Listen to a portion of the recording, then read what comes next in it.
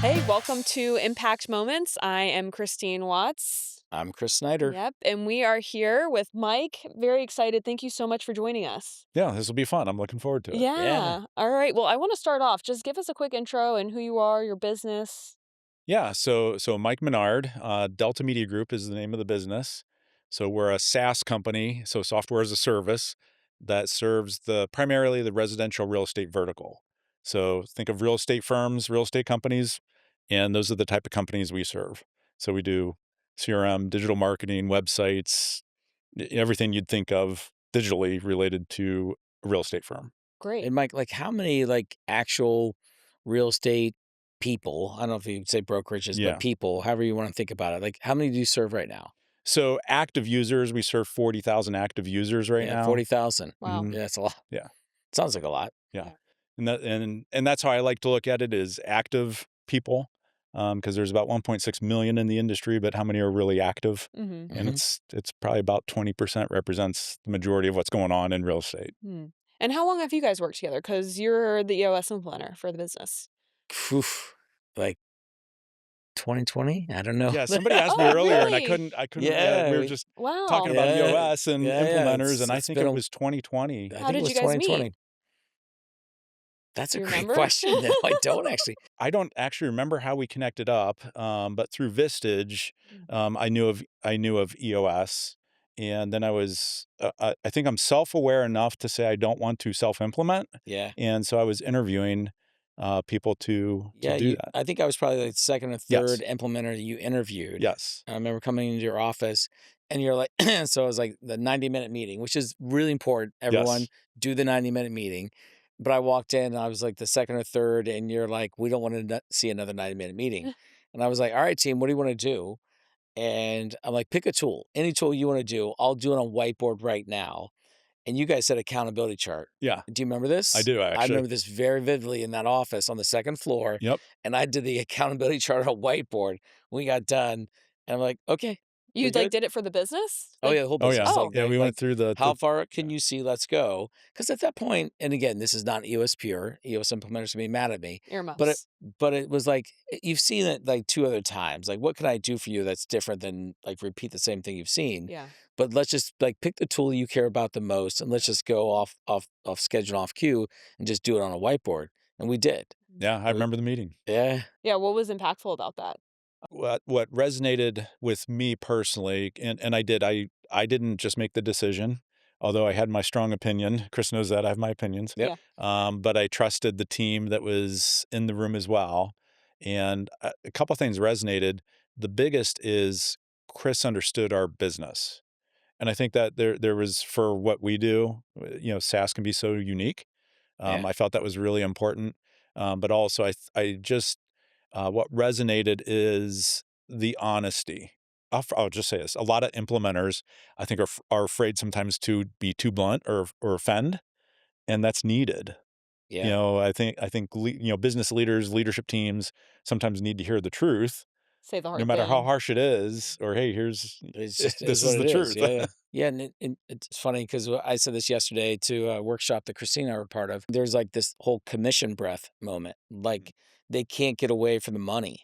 But as a leader, you don't want to be sold to. You do need to know the truth. Yeah, And if you're brave enough as an EOS implementer, consultant, whoever is going to serve somebody, just be honest. And it might mean that you're no longer here. That's okay. Like that just you should be okay with it because if I gave you the truth to the moment, then that's your truth, not mine. You'll do with what you want to and go from there. Well, I feel like I've heard you tell stories of having that moment where the truth is said and like somebody like you could receive that, appreciate the level of honesty, but you've had people walk out of the Oh, room. 100%. Yeah. wow, Yeah, no, I've done plenty of like 90-minute meetings, and we get to the end, and I'm like, "Hey, team, is there something you should ask me?" And they're like, "What should you tell us that we haven't asked?" I'm like, "Bec- "The moment you tell me what you want, now it's on me to help you get what you want, and I'm driven. And so if Mike says he wants to grow 30%, I am relentless to figure out how to help him grow 30%. And if he doesn't actually want to grow 30%, then don't hire me because I don't know anyone else to do it. So when I say that, teams are like, "Oh, we don't wanna grow 30%." Yeah. It sounded fun when we said it, but I don't wanna do that. I'm like, "Okay, then I'm not your person. Like, just go do something else," right? Yeah. But I think that's the moment of honesty between an EOS implementer and, the executive and the executive team, to your point of, like, it's not just you, it's the team, Right. because we show up for the team that moment, and don't enter the danger if you don't want it, because it is dangerous. Right. Like, if you do want it, and you do want it, by the way, Mike, like, you're in. Like, you're building a great company, you're in every quarter, every year, like, you're building it. But that's not for everyone. Not everyone does that. Well, I'm curious about the impact moment that you wanna share today, that, aha, light bulb thing that happened that really had a big ripple effect for you. I have a lot of them that I could share. Yeah. I think there's 2 big ones that resonate with me right now, and I think the one I'm kinda gonna go with here is kind of a story of where I'm at today. And I think a lot of entrepreneurs, especially if you've grown your own business, so I grew Delta, I bootstrap grew it. I didn't get funding. Not sure if I'd do it again, but that's how I did it. So that's a lot of hard work along the way, and anyone doing it, I mean, no matter what, it's hard work, but it's a lot of hours, and I probably let me rephrase that. I got burnt out. Mm. Was pushing hard for years, and in hindsight, at the time, I'd argue that I wasn't. I'd argue I wasn't stressed, but I pretty much walked away. So I was still the CEO, but had someone that was the president of the company and put in place, and that person was doing a decent job through the growth, but the company grew quite a bit over about a 2-year period, more than doubled in revenue in 2 years, and I me being I'd stepped away, and I think what dawned on me is when I was, so fast forward to the 2 years when I made a decision to step back into the business and run it again. And I was sitting through a quarterly meeting, and I'm hearing, an excuse of why we weren't hit as the third quarter meeting or Q4 meeting, and why we weren't meeting our annual goal for the year yet. And it was a really important one. Mhm. And it was just a disconnect. And I sensed a huge disconnect there. And, for me, stepping back in and seeing a disconnect and getting back in the business, I had to come back in and kind of blow it up again. And you know that, Chris. Mhm. I stepped in, I blew it up. It had good people, but I think the company had outgrown them and had outpaced them. So, and really what I had done through that time is had people ended up in positions where they were in over their head. They weren't, I would say at the size we were at, weren't qualified. Is that You're right. kind of a good assessment as you Yeah, yeah, in it's the more, but that happens all the time, by yeah, the way, Mike. It's not just you, yeah, it's not you're just your company, because the company scales and the people scale with the company, or they don't, and when they don't, the company stops scaling, yeah, right? And then we have to go retool and/or, hire new people because it right. has to scale again. Well, the needs of the business also change. Like, you start off and you need all these people that are generalists. Like, they can just do anything because you only have, so many people. And then you need to start specializing. And so, like, to your point, like, if you're either going to grow with the business and like continue to specialize and escalate, or Or you you don't don't. want to. Yeah. Yeah. Yeah, and So, I would say we were the typical I see this a lot, I see it in my Vistage group, I mean, different companies going through different phases, but a lot of times we end up promoting as much as we fight against doing this, we end up promoting the best people in those positions to lead that team, and it's just I've never seen it end It well. is. It just It does it, but we do it again. Like, yeah, and by the way, you're not alone at all. Like, we've done this at 92. We're like, oh, they're so good at their job. Let's promote them. yeah. They're a team lead. They're a captain. They're whatever we call that. yeah, Next thing you're like, they're not good at that. They're yeah. really great at that other thing they used to do. Yeah. We promoted them. So Yeah, yeah, and I would say too, it's I'm now more than ever metrics driven, and I think Mm. just a lot of leading indicators down in the weeds in the departments, so just really focusing on those things that I know, those little things that have to get done on a per seat basis. So we're getting to the point we're getting metrics on a per seat basis internally. So you talked about you had to step back in Yeah. more closely, kind of blow things up. When was that? Was that 2020 when you brought Chris on board? No. no, no, no. So this was at the beginning of 24. Oh, So okay. I'm now Yeah, yeah. just over a year and a half into this. So what were some of like Um the first things that you did through that process of like becoming more engaged and involved? Oh boy. Diving back into where I felt the critical areas were that weren't operating correctly. Mm. So diving in, seeing what the operations were. In hindsight, I would have blown it up a little bit more. Oh, I feel that I should have. I think it took me a year and a half roughly to do everything that needed done, and I would have done it probably in a 6-month window if I had to do it again. And if I could say this for our audience as well, because we're in a SaaS company too, right. when you go off the rails, you start to chase revenue versus product. And the person that you had put in place, she was chasing revenue Yes. and didn't protect the product. And Mike's a product guy. Yes. And so she was chasing revenue and was doing lots of things for revenue's sake, but not the product's sake. But in a SaaS company, that doesn't scale. No. You have too many one-offs along the way, and we can't support it. Even if you can build it, you can't support it. So it Right. starts to fail. When it fails between onboarding or execution, you're in trouble. And I think that's Absolutely. when you step back in, you're like, what is this? I have to fix this. Yeah. We lost our way on product. Yeah, 100%. And I mean this sincerely. I've never been driven by money. I always feel if you build it, they'll come. Now you have to run your business. You have to manage it. Yeah, yeah. Money just doesn't come, but the focus is on, for me as a SaaS, is the product that we're delivering, the experience the customers have, and not just once they're on the platform, but the onboarding. Prior to the past year and a half, we were known for our support in the industry, the best support in the industry. We'd gotten away from that. There's just a lot of things we had gotten away from that are, I think, you take for granted as a founder or an owner. Things that seem common sense aren't so common. Yeah. So I think that's just really taking a step back and thinking through that aspect of the business. So that, yeah, it's been a long year and a half, but actually fun, not fun and fun. The mess isn't the fun part, but rebuilding it's the fun part, I think, and then seeing the light at the end of the tunnel is fun as well. Yeah, getting your hands on a little bit of Yeah, and I would add this. I mean, as a SaaS company, I halted sales, Yeah. which Good. that was I knew it needed done. I still struggled with that decision, but it took me about 24 hours. Like, yeah, we're not, we're halting sales. So we halted sales. This is almost a year ago. Had halted sales, but we're finally back where we need to be.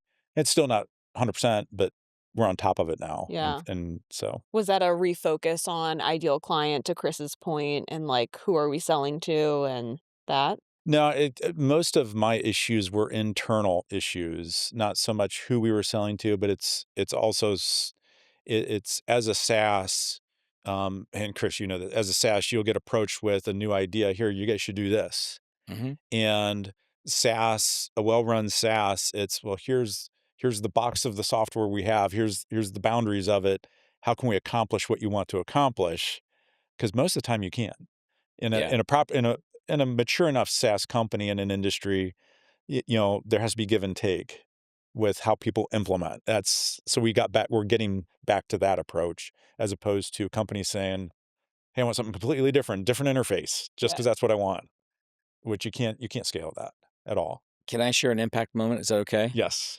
So I don't remember the year, Mike, but it's, before 2024, where we had a quarterly. And because they cared so much about support, because you cared so much about support, you had a support team issue. And you looked at Slack or Teams, I don't remember which one, Teams, Teams, yeah, whatever it yeah, was, and determined that the whole team had gone off core values. yeah, Corrupt. yeah. Is that fair to say corrupt? I think maybe that's a Yes, strong word, but I don't know. But you guys decided, and you fired everybody, the entire department. the entire department. Wow. That was a tough one, And but I then knew it had to be done. but like Wow. like that, not like one person at a time, No. the department's wrong. And then you told the leadership team, we're all going to step into that support function until we rehire it Wow. to get back on track. Yeah, that was, How did that go? ooh, you know, I can't believe it. But you honestly, it did. went really well. Yeah. I think that, well, I say that, ask my team. No, no, in all seriousness, we've all dealt with stuff like that. Typically it's one person in the business and you're like, that was stupid. Why are they doing this? And you just have to let them go. This was an entire team that was doing that. Yeah. And Non-core value actions, like I mean, this was true core value. I know we're not talking you know, petty. This was core value full of violation. multiple core values. And it's just, there was no other choice. And it was the hardest choice to make. In Right. other words, it was the toughest option to take that I had, but it was the right one. And the way I approached my leadership team with that was, hey, here's what happened. Here's what I am doing. So it wasn't optional. It's, here's what I'm doing. And we're Can all we in. step up? Yeah. Can the rest? And thankfully, I have a really good team operationally, phenomenal team, and they stepped up. I mean, it's just so for many of them, they've been with me for over 20 years. At that point, about 20 years, Yeah. Yeah. and so they had done support. You know, when you're a startup, Yeah. Everyone does you're a it. Yeah, software yeah, right, developer, yeah. you're Answer support, calls, you're let's go. Yeah. Yeah, yeah. you do everything. So but anyhow, so they stepped up, but that was a tough one. But yeah, sometimes when we make decisions like that, and it wasn't a rash decision either. I didn't just make a quick decision there. I knew it was one of those, you know what the right thing is, but your gut turns over it and you still do it. Well, So and I only bring it up because as you highlighted, like one of the things that you as a software company wouldn't be known is for support. yeah, And when support broke down as a CEO visionary, you weren't going to accept it. Like you right. like stood in that moment, you let everyone go. You told the leadership team, we're going to all sit in these seats until we hire more. Let's go Yeah. do it right this next time. I mean, that's entering the danger. That's great. Yeah, and can I add though too, it's metrics are so important in business, and now after, a year and a half stepping back in, what I had uncovered is we weren't paying attention to the metrics in that department. Mm. And of course, Kris, I have my spreadsheets, I have my data. I'm a data Hmm. person, and with me not running day-to-day operations, those metrics, wasn't privy to them, so I didn't see them. But when I came back I clearly saw it in the metrics where it was going wrong, and it was about 6 months prior to me doing that. I could Yeah. see that the metrics were wrong. So metrics are so important down to a per seat. Once you get a certain size, you just have to run with metrics. So, team, anyone playing along at home, that's a scorecard. We Yeah. love Oh, leading yes. Yeah. indicators, 5 to 15, please, on your scorecard throughout the organization, all the way to 1 to 3 metrics per seat.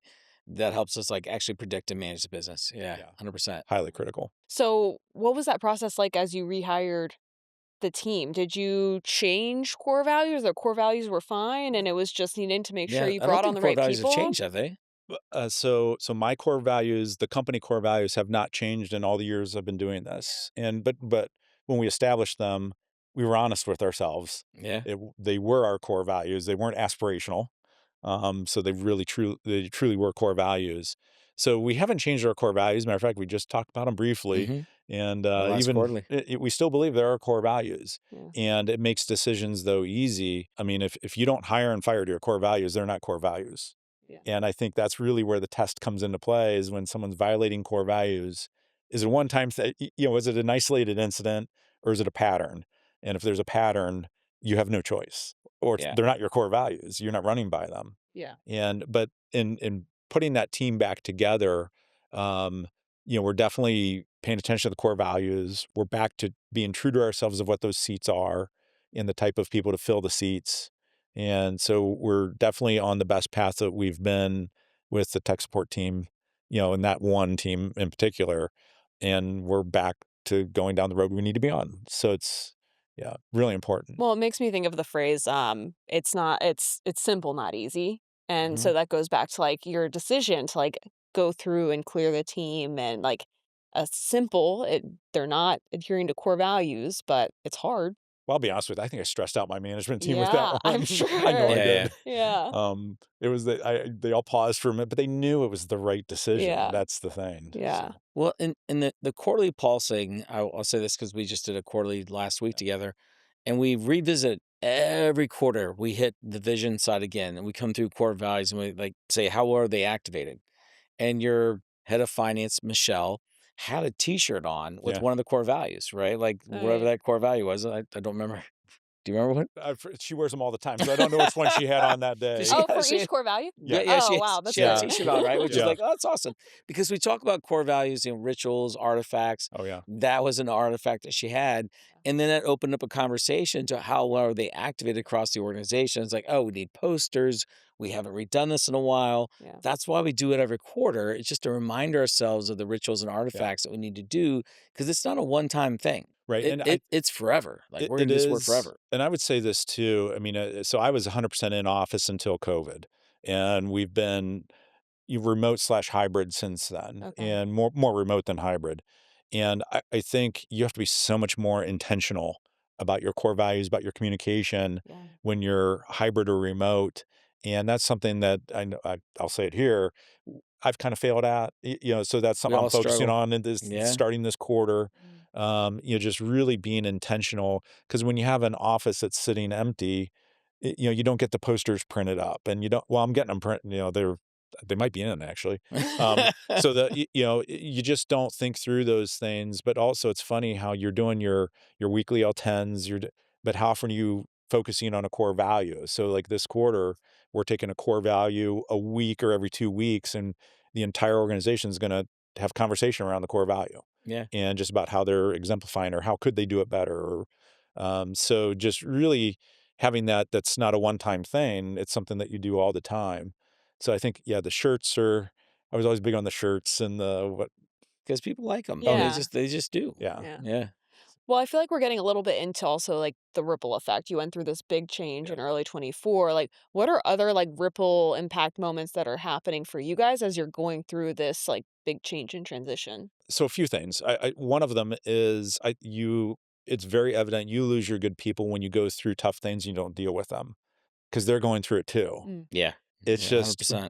and if as a leader, or a leadership team, if you're not addressing that, you lose good people.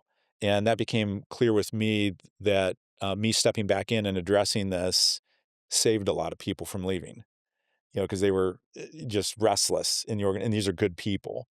So that's one thing. The other thing too is it really causes you to really look at the business overall and really take, I guess, I don't know, think of where you're at and where you're truly going. And I just it's so I was just talking to one of my key people. It's been a year. When I came back in, I'm tech driven. I'm a product person. I like developing things, Mhm. and I'm huge into AI. Chris knows that.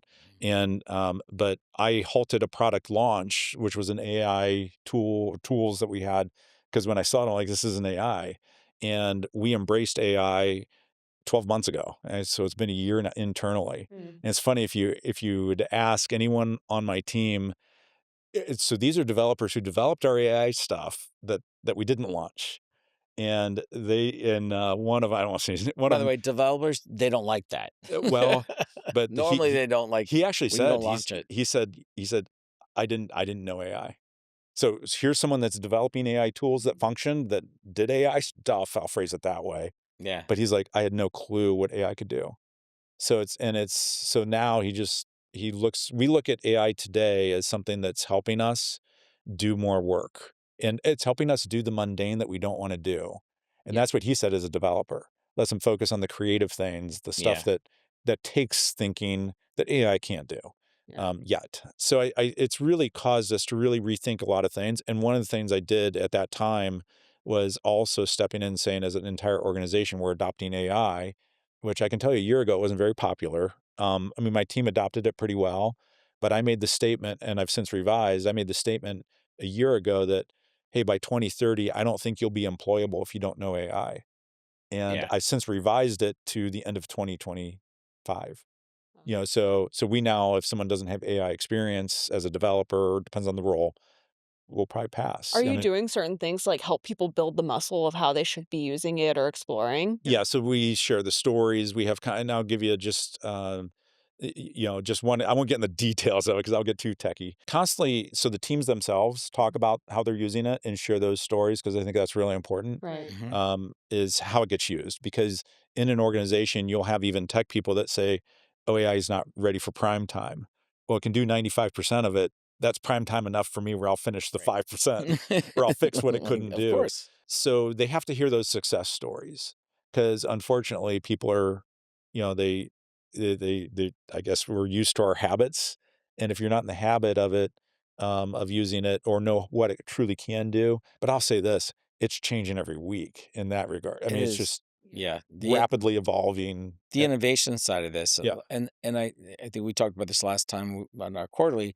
If there's not one AI rock, I'm not sure what's going on. no, I Like, you mean, gotta have at least one, like one rock yeah, that is AI related. And if you don't, then what are we doing? a tech business or not, Yeah, yeah, that has 100%. nothing to do with it. Yeah, Yeah, the Kevin who was here before you, I mean, he has a land surveying company and he has an AI rock every quarter. Like, they're still figuring it out. I mean, they do land surveying, and they should, because if you don't, you won't, and if you don't, then you won't.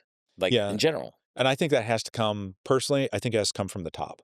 I think the leadership, the owner, the person running the company has to embrace AI for it to truly get adopted. And I know you can kind of argue a little bit against that, but if you don't have that culture of sharing the success, and I looked at it this way, because the joke is, hey, is AI replacing everybody, or is it? Well, I don't know, but I don't care because ultimately, let's say it does. Wouldn't you want to be one of those people that has adopted it and you know what you're doing and you still have the job? Right. So that's kind of how I framed it with you. Hey, we're going to be the AI experts. I know internally we have this phrase of like, you are the thought leader and AI is your Hmm. thought partner. And I Yeah, think that's like a healthy way to like view it as like this companion and like, yeah, what percentage of work can it get done for you so you can focus on like the more creative aspects of that on the back end when you're finishing yeah, something. yeah. It's huge. I mean, that's yeah, huge. My personal experience on this is, and Christine knows this at 90, is our content team has a Snyder writer, Yes, the Snyder which writer's great. they've trained the AI to write like I do from all like the Yes. podcasts, all this stuff. And it's actually really good. Yeah. Oh yeah. It's really good. Like 98% comes out. They're like, write this for Chris. And Oh I yeah. review it. I'm like, oh, that's really good. Yeah. Yeah. Once you know how to use AI, I'm like, it's that's great. Let's do it. It's got all your little phrases. Yeah, all my Yeah. phrases. I was like, yeah. it just does it.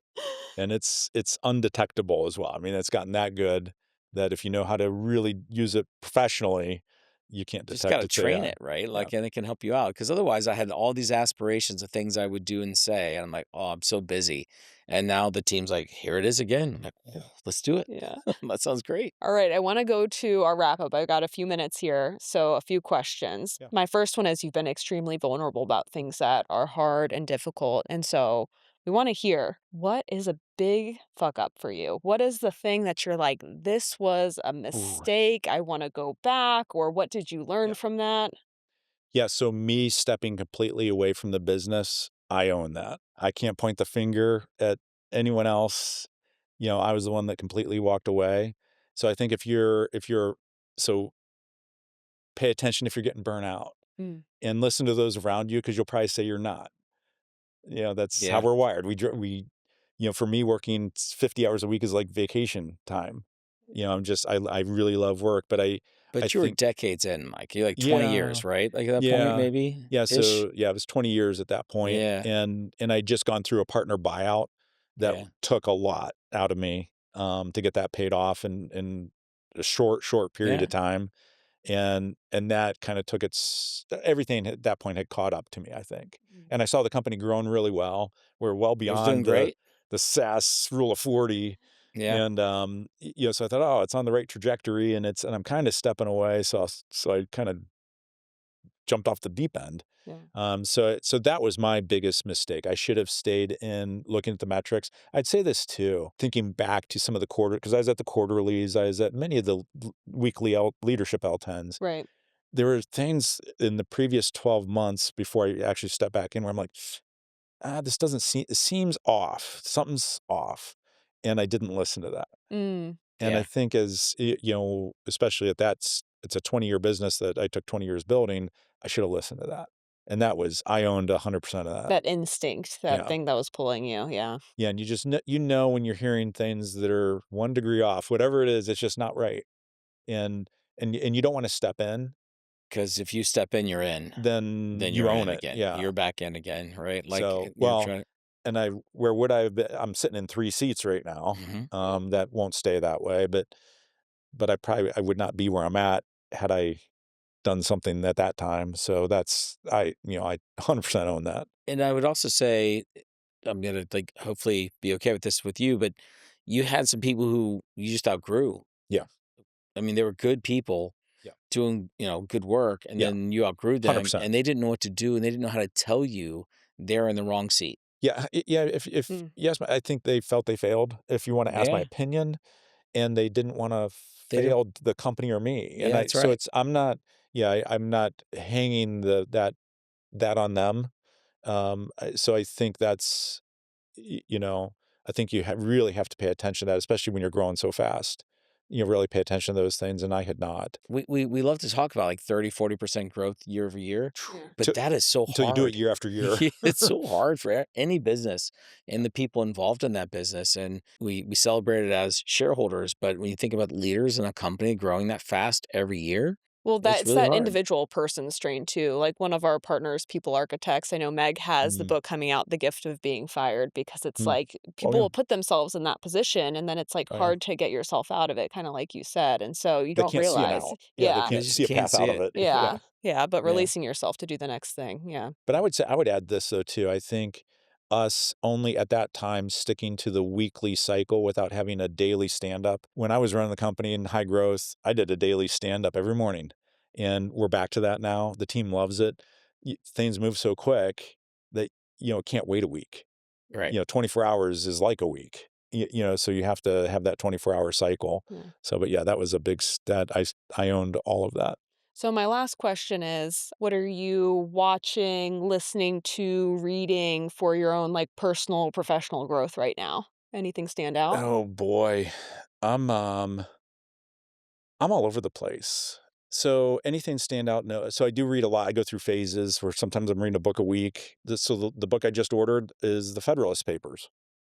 I've never read the Federalist Papers. Has nothing to do with work, but I thought, I want to read this. Yeah, like I obviously having seen Hamilton, I thought many times because we've seen it as a family like 4 or 5 times. I lost track, Yeah. but yeah, I'd love to read those. Yeah. So Yeah, I'm heavy on the AI side. So anything going on with AI, I'm deep in the weeds on that. Is there a specific, like, outlet you go to for, like, your next muse for AI stuff? Yes. So I'm on X, Twitter, Yeah. but I follow the developers. Mm, I don't follow the company owners. yeah. Follow the developers and the The ones team that are leads. experimenting and Well, testing. because they're talking Yeah. yeah, and they want they're telling you. and they're normal people, so you can message it. You can Yeah. talk back and forth with them, especially when they find out some of the things you're doing. And They're they, not trying to move a stock price. They're just no, trying to tell you they're what they're just doing. they're tech Yeah, yeah. people loving what they're doing. Yeah. So that's where I'm getting a lot of challenges, I guess, is Yeah. how I'll phrase it, on what can and can't be done. Because if you're seeing it, it's probably more marketing Yeah. than it is the real tech, the real AI that's going on right now. But we're on the verge of so many people have no idea No, no, what it's we're on the verge the of. tsunami that's coming right now on innovation and productivity. We just can't anticipate It's, it yet. I look at it this way, and I love the phrase, it's amazing how long it takes to have an overnight success. And I Yeah. think that's where we're at with AI. It's been in the works for decades, Yeah. and it's just now maturing, and we're starting to see the results of it. So, yeah. Well, thank you so much for being here today. This was a really fun conversation, and to learn more about you and your story and, like, those struggles you went through as you stepped away and came back into the business. So thank you so much. How can people reach out to you if they wanna connect? Good question. Probably on Twitter or X. That's the best place at this point. I Great. mean, I'm on other channels, but I'm just not really on there. So, yeah, pretty much X at this Awesome. point. Well, Yeah. we'll link your information on there if people wanna reach out. So thank you so much for joining Impact Moments powered by 90. We'll see you next time.